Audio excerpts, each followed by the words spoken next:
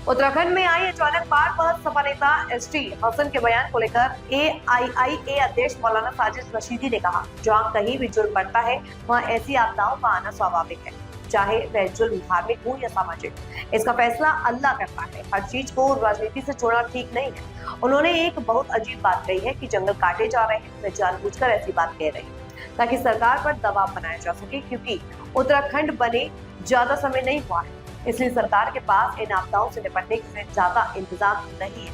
इसे राजनीतिक से जोड़ना ठीक नहीं है। मेरा ये है, जहां कहीं भी जुल्म बढ़ जाता है तो इस तरह की आपदाएं आना स्वाभाविक है। वो जुल्म किसी की भी तरफ से हो, धार्मिक हो, सामाजिक हो या किसी भी तरह का जुल्म हो, ये फैसला ऊपर वाला करता है कि मुझे क्या करना है, कैसे करना है। हर चीज को सियासत से जोड़ देना मैं समझता हूं ये अच्छा नहीं है।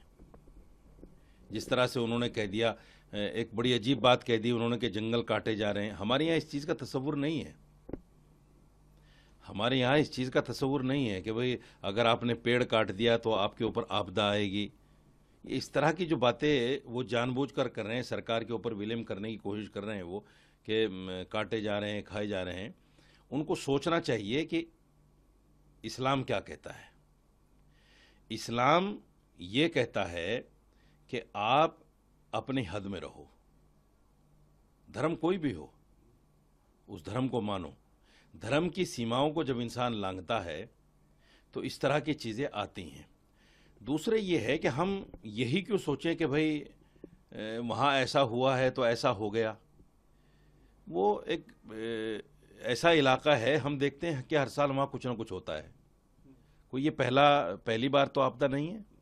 उसके पहले भी इससे भी बड़ी आपदा आई है और बहुत सारे मंदिर उसमें ध्वस्त हो गए, बहुत सारे मज़ार भी ध्वस्त हो गए, बहुत सारी मकानात चले गए, बहुत सारे लोग चले गए। तो ये कोई ऐसी चीज़ नहीं है। कुछ चीज़ें ऐसी होती हैं, जो कुछ जगह ऐसी होती हैं जहाँ ये चीज़ें आना ये एक आम सी बात है। मैं भी जिस जगह रहता हूँ अब तो अच्छे इंतजामात हो गए।